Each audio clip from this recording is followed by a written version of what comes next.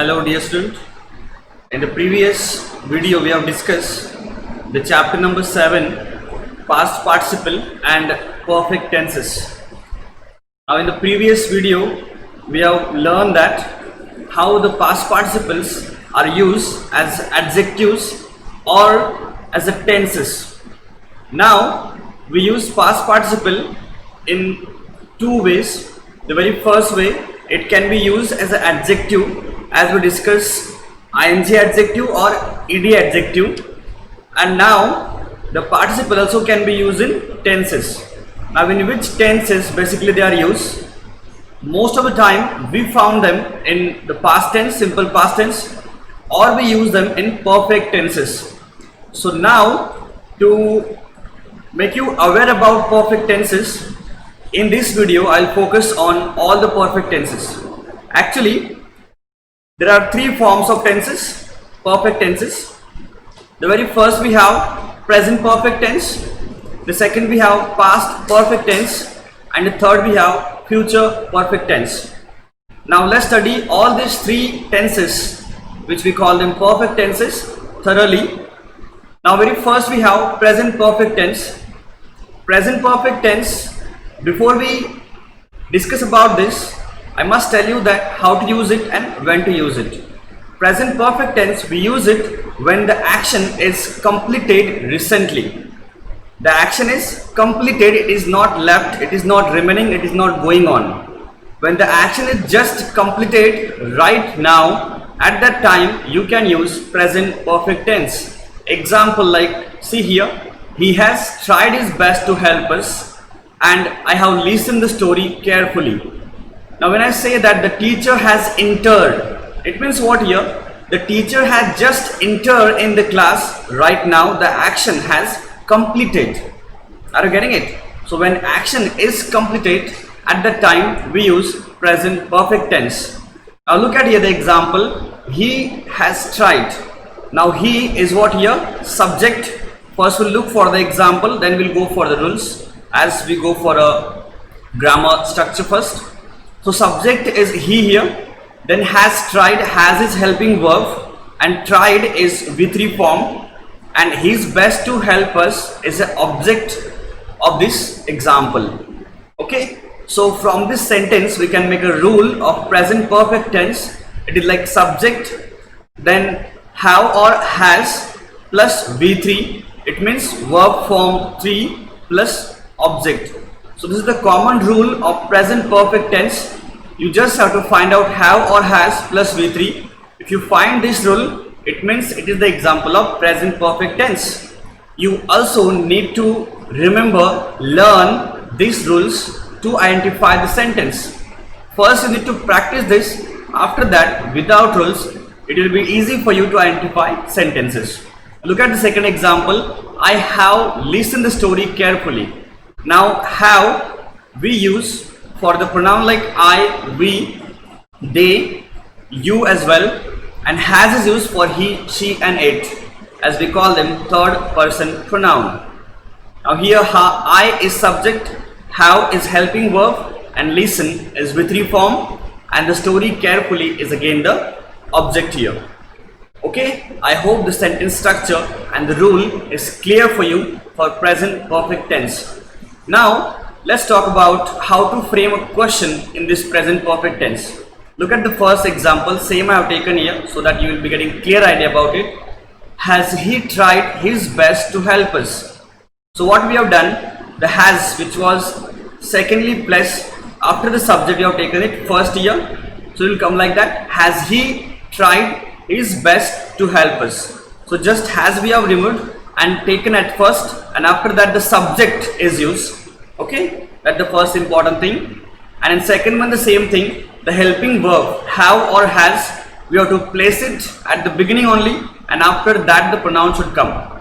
Okay, so the question becomes, have I listened the story carefully? You can practice it more so it will be clear to you. It's very easy. This about the question. Now let's discuss about how to form a negative sentence in present perfect tense. Example like is given here. He has tried his best to help us. And I want to be negative it, so we'll make it in this way. Like he has not tried his best to help us. So here we use not after the helping verb and before the V3 form. You got that? So not is used in between of has and tried. So whenever you use negative form, you must have to use after has or before V3 form. The same in the B example, like I have not listened the story carefully. So here have is used and after that not we have taken. So this is the way we form the negative sentence, the question and a common sentence of present perfect tense. I hope it is clear to you. Just remember the rule here. It will help you definitely to find out the sentence. Now let's go for a second tense, that is past perfect tense. This tense is used in the past only. Now how to use in the past? When some time in the past when the action was completed. Example like I had come in the school at the time. So it means what? In the past you have come to school at that time. So it is showing the past action which was completed. Remember that the perfect tense is only used when the action is completed. It is not remaining, it is not going on. Are you getting it? So that's the important thing here. Now look at the past perfect tense rules. We have to use subject here, that is he. Had is here helping verb. We only use here had, only one word with all the pronoun, whether it is I or we or he, she, it or you or they. Then we use here had tried. Tried is again V3 form here. Then object becomes his best to help us. Now look at the second example. I is here subject, had is helping verb and V3 is again listen, verb form, V3 form we can say, and the story carefully is again here object. So that's what we form the sentences in past perfect tense, and you just have to use had here, no other helping verbs with all the pronoun. That's the important thing to remember. Now again it's very simple to frame a question. You just have to put had before the pronoun so that the question will be framed as it is. Like had he tried his best to help us? And in the second one, same way, the pronoun I, before that we have used the helping verb had. Had I listened the story carefully? Okay, so it becomes the question here in the past perfect tense. Okay, just be careful about this. And now if you want to form a negative sentence in past perfect tense, the same rule which we applied for present perfect tense, we have to apply it for past perfect tense as well. Example like he had not tried his best to help us. So what we'll be doing here? We'll use not. Negative sentence means we have to use not, never. Negative words, we use it to form negative sentences. So here we'll use not after the helping verb had and before the V3 form tried. I got it clearly? Look at the second example. I had not listened the story carefully. So after had I use not and before listen I use not. It becomes negative sentence. So that's the way to frame a negative sentence, a question as well, and a common sentence in past perfect tense. But don't forget to recite the rule as well. Subject plus had plus verb third form and plus object. Now let's go for a next tense, that is future perfect tense. Now in the future perfect tense, what we can discuss more here, it is more important for you to understand in it. This tense is focusing more on the action in future. Suppose if the action will have completed in future, at that time we use future perfect tense. Most of time, you know, when we dream, like I'm going to, if I want to go any village or any city, so I dream like that I shall have reached at Mumbai at this time, I will be enjoying at the beach, you know, I will have reached there. So what? In the action you are thinking that I will have reached there. It means what? You are imagining that you have reached there. The action is completed in future tense. That's what the important thing here. And if you look at the example, he will have tried his best to help us. Now he is subject here. We use shall or will. We use shall only for I and we with rest of all the pronoun like he, she, it or you and they. With all we use will only.